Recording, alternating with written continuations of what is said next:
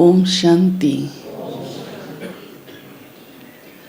संगम युग पर हम सभी रूहानी यात्रा पर हैं।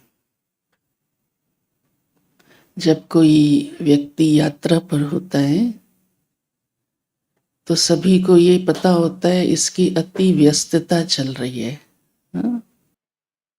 रूहानी यात्रा हमारी बहुत गुप्त है। बैठे हो लेकिन समझते हो कि हम यात्रा पर हैं।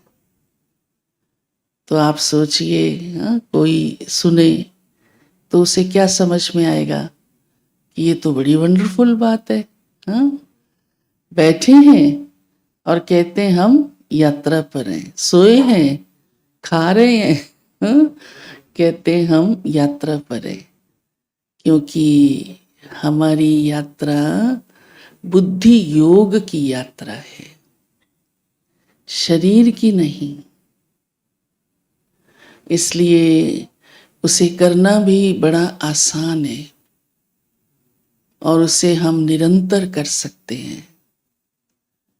और इसमें ही बाबा ने कहा है आपकी सबसे बड़ी कमाई है, अविनाशी कमाई है, जो हमारे साथ सदा रहेगी और कई गुना बढ़ती जाएगी। तो ये यात्रा हमारी क्या रहनी चाहिए? कंटिन्यू रहनी चाहिए। हाँ, निरंतर बाबा को याद करते रहें। फिर क्या होता है, कई सोचते हैं हाँ मैं बहुत याद करता हूं, कई फिर बहुत करते हैं तो भी कहते नहीं मेरी इतनी याद नहीं है। तो आज प्यारे बाबा ने उसका मापदंड बता दिया है। तो जब किसी बात का लेवल समझ में आ जाता है, हाँ, मापदंड मिल जाता है, कसौटी मिल जाती है, उसके लक्षण बता दिए जाते हैं, तो उस बात को पहचानना बहुत आसान हो जाता है ना।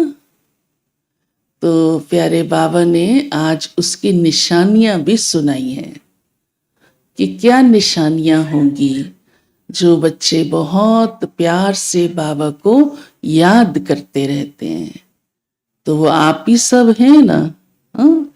तो वो निशानियां सुनते जाना। तो बाबा ने सबसे पहली बात कही है कि वो शांत चित्त होंगे और बड़े समझदार भी होंगे।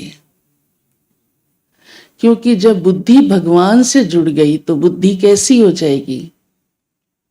बहुत अच्छी, दिव्य, शैतानी बुद्धि नहीं रहेगी। अगर अभी भी शैतानी बुद्धि है तो माना मेरा बाप से बुद्धि योग नहीं है। दुनिया में चलती है ना शैतानी बुद्धि, इसलिए देखो हर एक एक दो से तंग है, हर एक एक दो से भयभीत है। पर यही अंतर है हम बच्चों में। बाबा ने हमारा योग अपने साथ जोड़ दिया तो बुद्धि दिव्य बन गई। साथ साथ बाबा ने कहा इसलिए वो बड़े गंभीर होंगे। कभी भी जोर जोर से ना तो बोलेंगे ना तो हंसेंगे।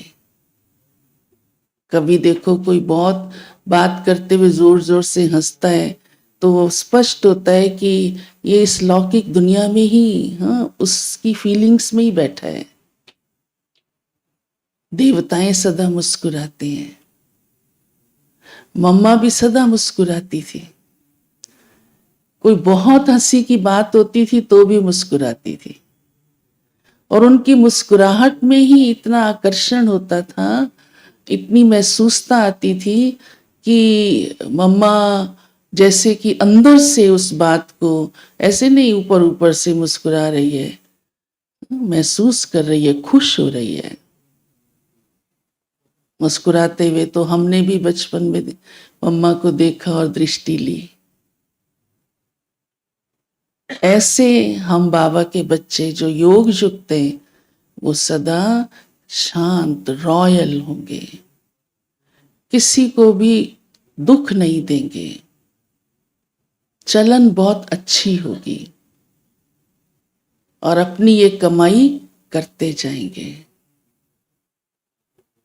आज इसलिए बाबा ने ऐसी बहुत विशेषताएं, लक्षण योगी बच्चों के सुनाए हैं।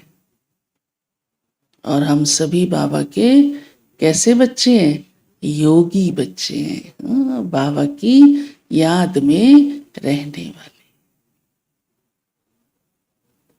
आज की हेडलाइन है